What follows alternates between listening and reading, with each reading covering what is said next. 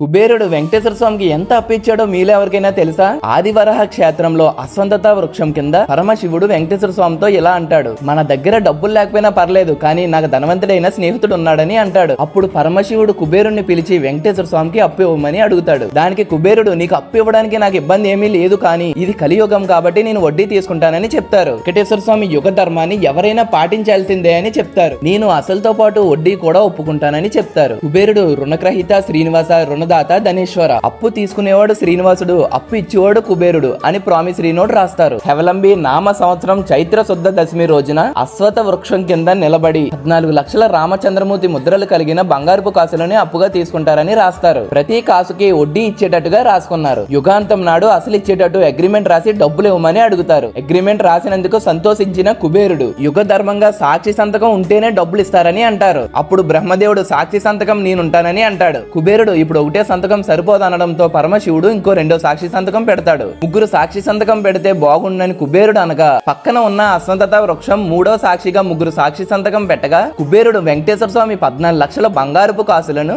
ప్రతి 100 కాసులకు ఒక కాసు వడ్డీగా అప్పు ఇవ్వడం జరిగింది. ఇలాంటి టెంపుల్ ఇన్ఫర్మేషన్ కోసం మన అకౌంట్ ని ఫాలో చేయండి. ఇంత గొప్ప విశిష్టత ఉంటున్న వెంకటేశ్వర స్వామిని మీరు కూడా దర్శనం చేసుకోవాలంటే తిరుమల వెళ్లి దర్శనం చేసుకోండి. మీరు వెళ్ళడానికి ఎటువంటి ఇబ్బంది లేకుండా లాండ్రీ కార్స్ యాప్ లో కార్ బుక్ చేసుకుని వెళ్ళండి. మీరు వెళ్ళాలంటే ట్రైన్స్ లో వెళ్ళినా, బస్సెస్ లో వెళ్ళినా ఇలాంటి టైంలో చాలా రష్ ఉంటారు. మీరు ట్రావెల్ చేద్దాం అనుకున్నా, టెంపుల్స్ కి వెళ్దాం అనుకున్నా సెల్బ్రేకి మన లాండ్రీ కార్స్ యాప్ ఉందని గుర్తుపెట్టుకోండి. కార్ బుకింగ్ కాంటాక్ట్ నెంబర్ 900478478478 ఈ నెంబర్ కి కాల్ చేయండి.